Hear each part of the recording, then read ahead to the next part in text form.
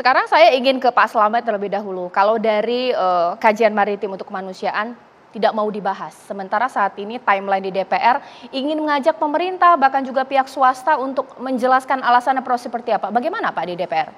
Iya, jadi begini. Pertama terkait dengan saya punya catatan beberapa terkait dengan PP ini. Eh, Catatan pertama yang pesan saya kepada pemerintah, pemerintah harus jujur.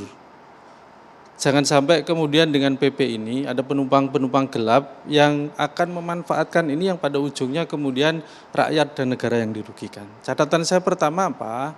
Yang pertama terkait dengan proses PP ini.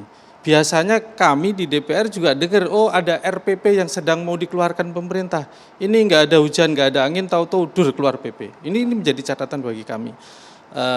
Sehingga melibatkan publik ini sampai di mana. Nah, ini kemudian yang berikutnya tentunya jangan sampai tadi yang saya bilang kejujuran dari pemerintah terhadap PP ini, karena di PP ini banyak mengatur tentang tadi satu klausul yang terkait memberikan ruang untuk ekspor.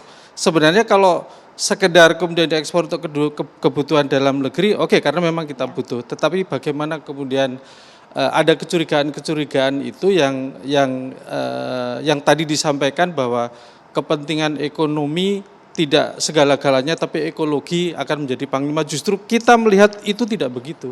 Justru ekonomi yang menjadi panglima dari seluruh PP itu, sehingga kita mengkhawatirkan kalau kemudian negara punya niat baik meningkatkan PNBP, itu adalah tugas pemerintah, bagus, tapi harus dikaji. Jangan sampai PNBP yang didapatkan oleh pemerintah tidak sebanding dengan kerusakan yang akan ditimbulkan oleh lingkungan kita yang berakibat kepada generasi kita. Ini yang menjadi catatan kita. Memang saya sepakat tidak ada cerita ya. Jadi dengan teknologi apapun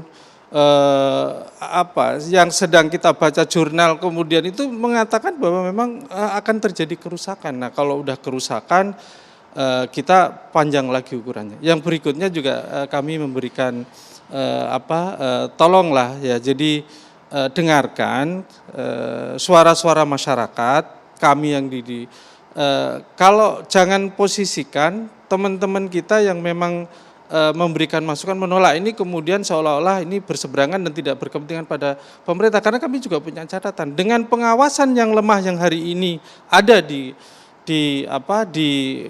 Kementerian Kelautan ya, dengan tadi pasti nanti disebut minimnya dana, sedikitnya SDM. Justru dengan seperti itu, kami tidak yakin PNBP yang diharapkan oleh pemerintah itu akan masuk sebagaimana yang ditargetkan. Akan menguntungkan beberapa gelintir orang di saat kemudian jutaan nelayan kita akan menderita itu. Oke, nanti saat lagi Mas Wahyu akan buka-bukaan karena statement dari Pak Slamet di sini adalah pemerintah harus jujur. Benarkah Indonesia diuntungkan atau siapa yang diuntungkan dari peraturan ini? Sesaat lagi Indonesia Business Forum.